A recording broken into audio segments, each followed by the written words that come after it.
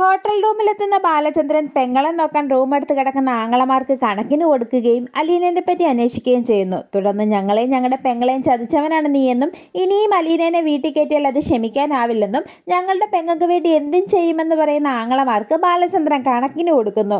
തുടർന്ന് എൻ്റെ മകൾക്ക് എന്തെങ്കിലും സംഭവിച്ചാൽ നിന്നെ ഒന്നും ഞാൻ വെറുതെ വിടില്ലെന്നും ഞാൻ പോലീസ് സ്റ്റേഷനിൽ കംപ്ലൈൻറ്റ് ചെയ്യാൻ പോകാമെന്നും പറയുന്ന ബാലചന്ദ്രനോട് കഴിഞ്ഞ 23 വർഷമായി ഞങ്ങളെയും ഞങ്ങളുടെ പെങ്ങളെയും ചതിച്ച നിന്നെ ഞങ്ങൾ വെറുതെ വിടില്ലെന്നും നീയും നിന്റെ മകളും അനുഭവിക്കുമെന്നും രാജീവൻ പറയുന്നു.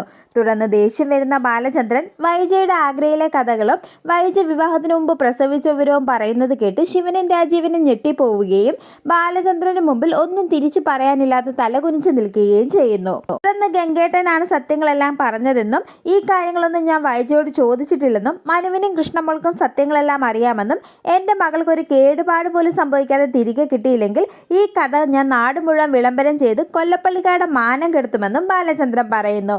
പിന്നീട് പോലീസ് സ്റ്റേഷനിലെത്തുന്ന ബാലചന്ദ്രൻ അലീനയെ കാണാതായതിൽ പരാതി കൊടുക്കുകയും എൻ്റെ ഭാര്യയുടെ ആങ്ങളമാരെ സംശയമുണ്ടെന്നും പറയുന്നു.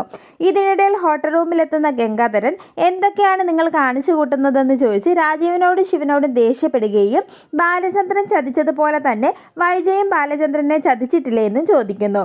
തുടർന്ന് ബാലചന്ദ്രനോട് സത്യങ്ങൾ പറഞ്ഞതിന് രാജീവനും ശിവനും കുറ്റപ്പെടുത്തുമ്പോൾ സകല തെളിവുകളോടെയും ബാലചന്ദ്രൻ വീട്ടിൽ വന്ന് സത്യങ്ങൾ ചോദിച്ച വിവരം ഗംഗാധരൻ പറയുന്നു.